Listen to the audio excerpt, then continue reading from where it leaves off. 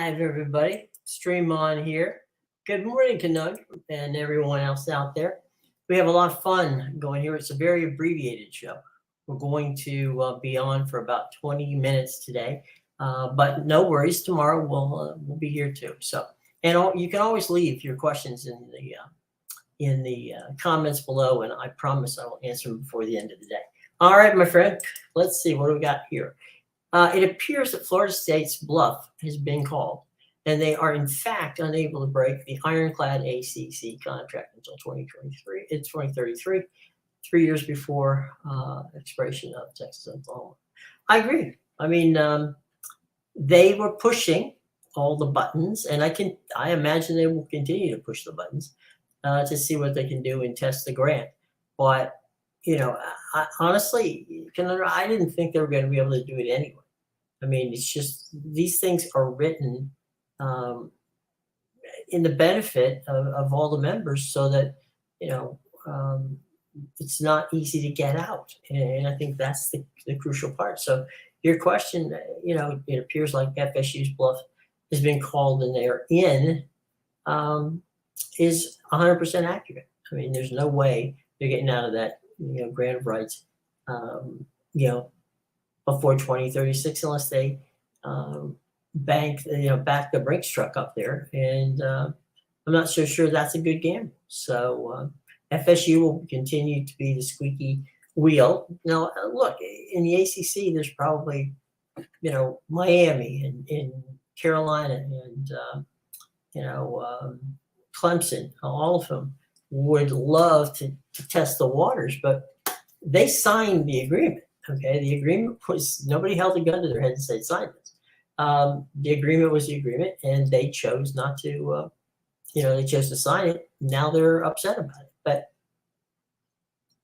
excuse me, the key thing here to remember is that John Swofford, who was the commissioner at the time of the ACC, was looking for cost effectiveness and cost, basically saying, okay, we can plan our budgets out all the way to 2036 because, we got the deal. Well, yeah, but what they didn't do, and I don't have any idea why, was get an out clause. Okay. So, or reevaluation clause. So if you have a grant of rights that lasts that long, why would you not want to revisit the grant every, 5 years or 6 years, giving yourself an opportunity for, if nothing else, to get cost of living or competitive cost evaluations, all of that. I mean, it wouldn't have meant that you broke your contract with the ESPN. You simply would both agree that, there should be some sort of escalation in the contract. That was not in. So I can't tell you what the heck is going on there. That just makes no sense. So look, the ACC and FSU are together regardless of whether they want to be or not, at least for a while. And probably 2036, maybe, who knows if they can figure out a way to break it. But right now, I never thought they would be able to do it. And even up to that last minute, deal where they were talking about it, it's just not going to happen. So, yeah, you're 100% correct on that. Stanford and Cal remain the stumbling blocks for them to get into the aforementioned ACC. Now, Stanford has got, basically a phone bank going of all the people that they could put the pressure on to get, an invite to the ACC. The irony here is they're trying to get in to a conference that FSU, Clemson, North Carolina, and, and Miami are trying to get out of. If they get into the group, at the ACC, they're definitely going to have to be there for 2036. So there you go. Better chance the Pac joins the AAC if Stanford goes independent. It's certainly an option. Okay, and I say that because it's highly unlikely that um, it's highly unlikely that Cal, Washington State, and Oregon State can formulate a conference that that elevates those brands.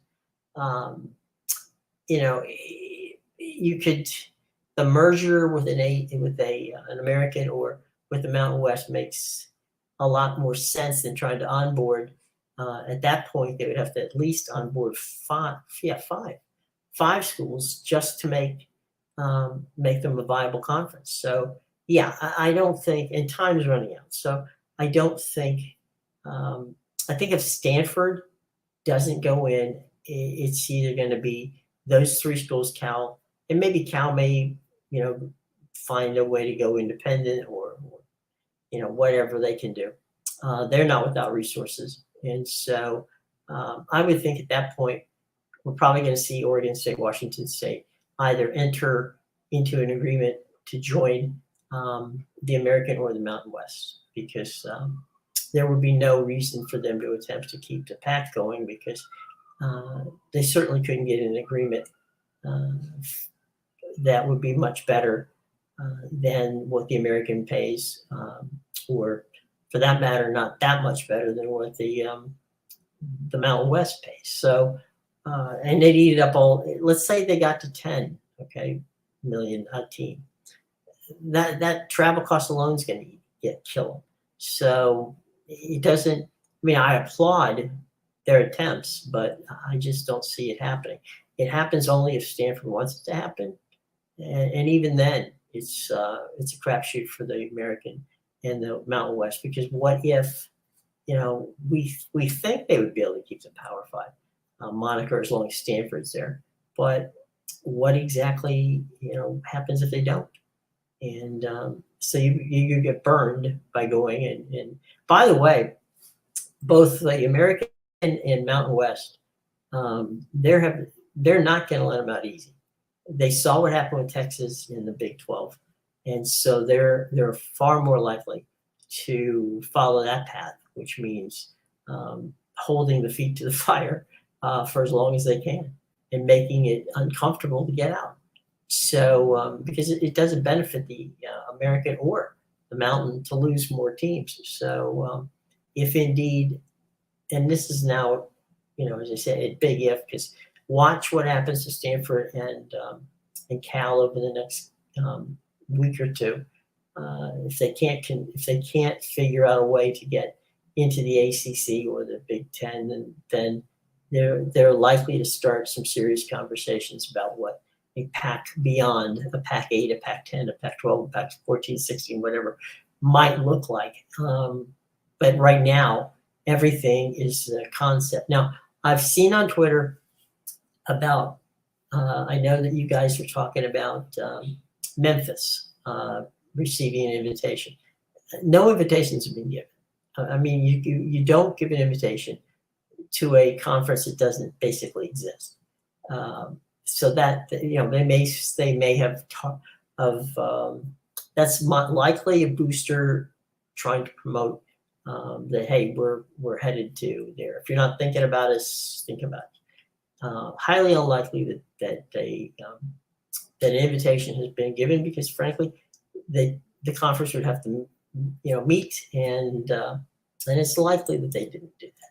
All right, great point on the American making it hard for teams to leave. Oresco won't provide leniency. 100% correct. I mean, and I think that is important. And by the way, he should absolutely make it tough for these universities to leave.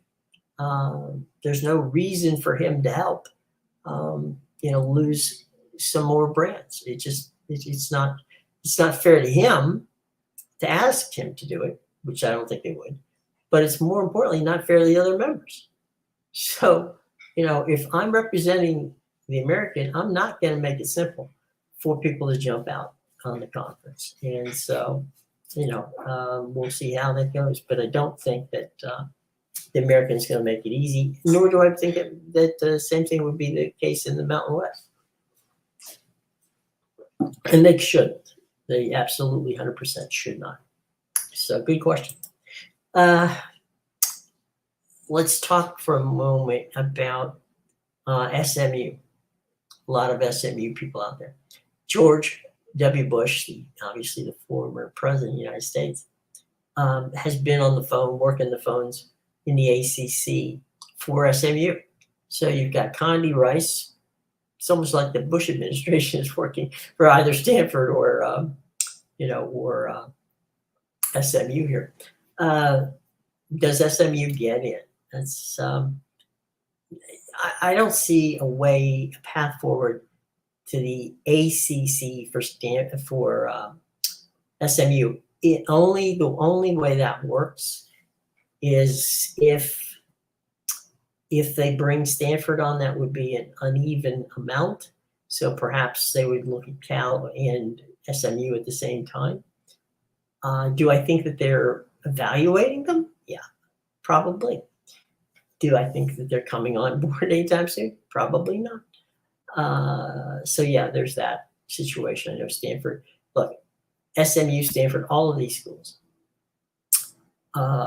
bring value. The problem is, do they bring enough value? And I think that's where the rubber meets the road. Hey there, it's good to see Bad Moon Run Rising. Why would the Big and the ACC change their minds regarding Cal and Stanford? The answer to your question there is they wouldn't. Let me try to explain this. What happened in the Big Ten when they added 2 weeks ago Washington and Oregon? You remember that ESPN has a pro rata deal with the conference to pay about 33% of the amount of money that is a full share, which is 31.7. All right, so that's approximately $20 million. The deals that they struck with Washington and Oregon was approximately, starting off, a little bit more, not a lot, but a little bit more than the Big 12 conference deal. So let's just say it was 32.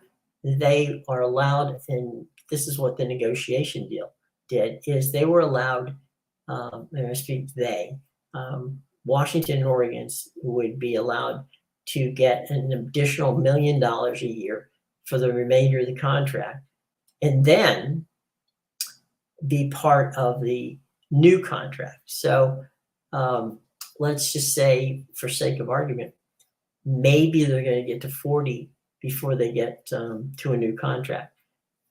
With regard to Cal and Stanford, I think I don't see where, if they want in the conference, and Brett Yormark said with John O'Rond and Marshawn the other day that they're not really interested in looking to add teams to the conference. So would they add Cal and Stanford? Probably, if Cal and Stanford asked, they might, because they are brands. But I tend to believe that the appetite at the Big 12 for adding schools at this point in time is really not there. So their options are running out fast. And so, like I said, in a week or so, we'll know. We definitely will know what's going on. But hoping a no turns into a yes. Yeah, it's possible. Let me throw a scenario out there for you. And that is the scenario being that, they've got an athletic endowment of about $1 billion. Okay. So how do I get into the conference? Well, I know I have to flip one vote, at least one vote. And now we don't know, maybe even more. I invite FSU, Clemson, North Carolina, Miami to play home and home, games with me over a period of time. I pay them $2 million from my athletic endowment fund. each time they come and play at Stanford. So you basically would be giving $2 million to each school over a period of time to play home and home. It's not purchasing a way in, but it is giving money to these schools and perhaps greasing the skids to get in. That's an idea that has been brought up by a number of former Cal alumni and a former Stanford alumni. So it's not like I just dreamed that up, but it's an option. It's a possibility, to be sure. We've got about around 5-6 minutes, guys. If you have any other, obviously you have questions because we're getting them, but if you have questions and I can't answer them because I have to get out of here today around 25 after, don't worry. Put it in the comment section, and I absolutely 100% will get to them sometime today and answer them. Okay, so if you don't get a chance to ask a question, not a problem. Just pop in and go ahead and put it in the comments, and I will get to those comments. And while I'm at it, and while you're here, subscribe, hit the bell, and like us. Okay, we're likable people. You guys are always down for some very interesting conversations. So 100%, just subscribe, hit the bell, and like us. That would be a cool thing to do. All right. And like I said, leave comments if you don't get your question answered in the next 5 or 6 minutes. Don't worry, just pop it in the comments, and I'll catch it later. Okay. All right. Cool. Okay. Let's see what's going on. All right. We've got Women's World Cup coming up this week. It's on Fox. It's a 6 o'clock in the morning game with England. You're playing Spain. Should be very, very interesting how that works out. John-Paul Dellacamera, fantastic guy and broadcaster, will be on the call for Fox, as he has been for the last couple of World Cups. So JP and the gang will be there. Robbie Stone anchoring from Australia. So it'll be fun. Also, tomorrow we'll talk about all the fun stuff that's going to be happening on the weekends from a television standpoint. And we'll talk about the CBS and NBC announcing crews that have been assigned for the first week of the college football season, which frankly is rushing ahead. So, it'll be here in 8 days, actually, 8 or 9 days. So we'll get to see that all going on. So, all right, tell you what, guys, we're talking about right now, just a couple of minutes. Tell you what we're going to do. Look, again, subscribe, hit the bell, and like. Put your comments, your questions in the comments below. Promise to answer them. You guys have been fantastic. Sorry for the short show, but life goes on. We got to do some things that require me to be away from here. So let's do it again tomorrow. We'll have a much longer show. You'll get a better chance to answer the questions. Put the questions in the comment section. I promise to answer them for you. Have a great day. We will see you tomorrow. Big Friday. We'll have an opportunity to chat with what is going on for the weekend. Okay. All right, gang. Have a great day. Thanks so much for being here. Tomorrow we'll do it again, but we'll do it longer. Okay. Take care. Have a nice day.